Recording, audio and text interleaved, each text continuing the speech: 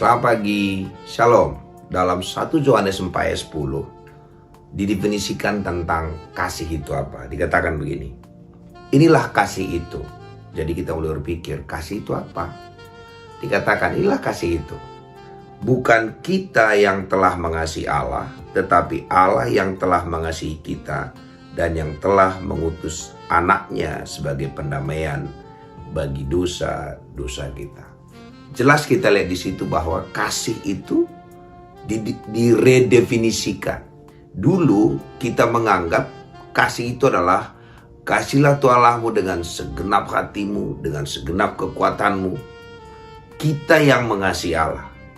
Tapi di perjanjian baru dalam 1 Yohanes 4 jelas dikatakan inilah kasih itu. Bukan kita yang mengasihi Allah, tapi Allah yang mengasihi kita.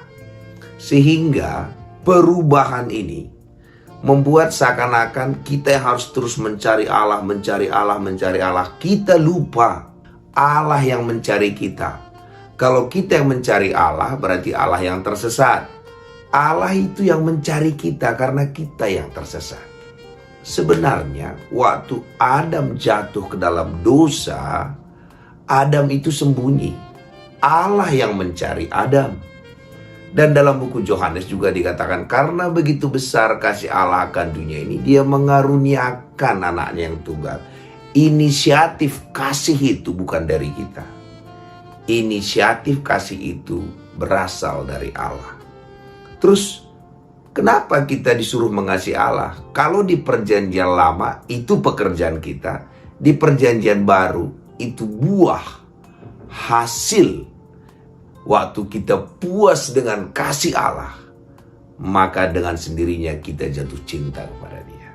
Karena itu pagi hari ini kembali kita diingatkan, bukan kita yang mengasihi Allah, tapi Allah yang mengasihi kita. Terus bagian kita bagaimana? Menerima kasih sayang Allah itu. Maka kita dikatakan siapa yang menerima Yesus sebagai Tuhan dan Juru Selamatnya, dia akan diselamatkan. Yang menerima. Jadi pagi hari ini mari kita terima kasih Allah yang tak terbatas itu.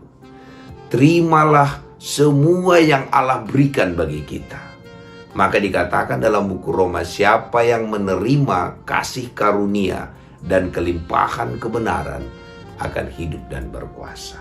Pagi hari ini, waktu kita bangun pagi-pagi, selalu sadari Allah mengasihi kita.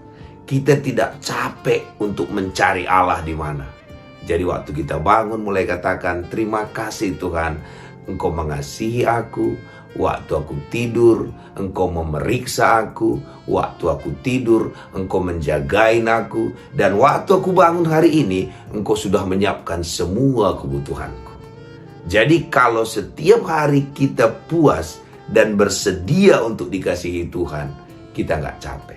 Bahkan dalam buku Roma dikatakan, kita lebih daripada pemenang dalam segala hal. Kenapa? Karena Dia mengasihi kita.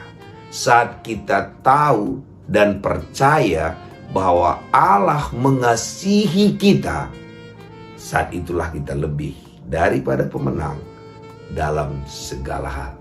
Jadi kalau kita mengalami kekalahan, kekecewaan dan sebagainya, hanya satu penyakitnya, kita tidak menyadari kita dikasihi Allah.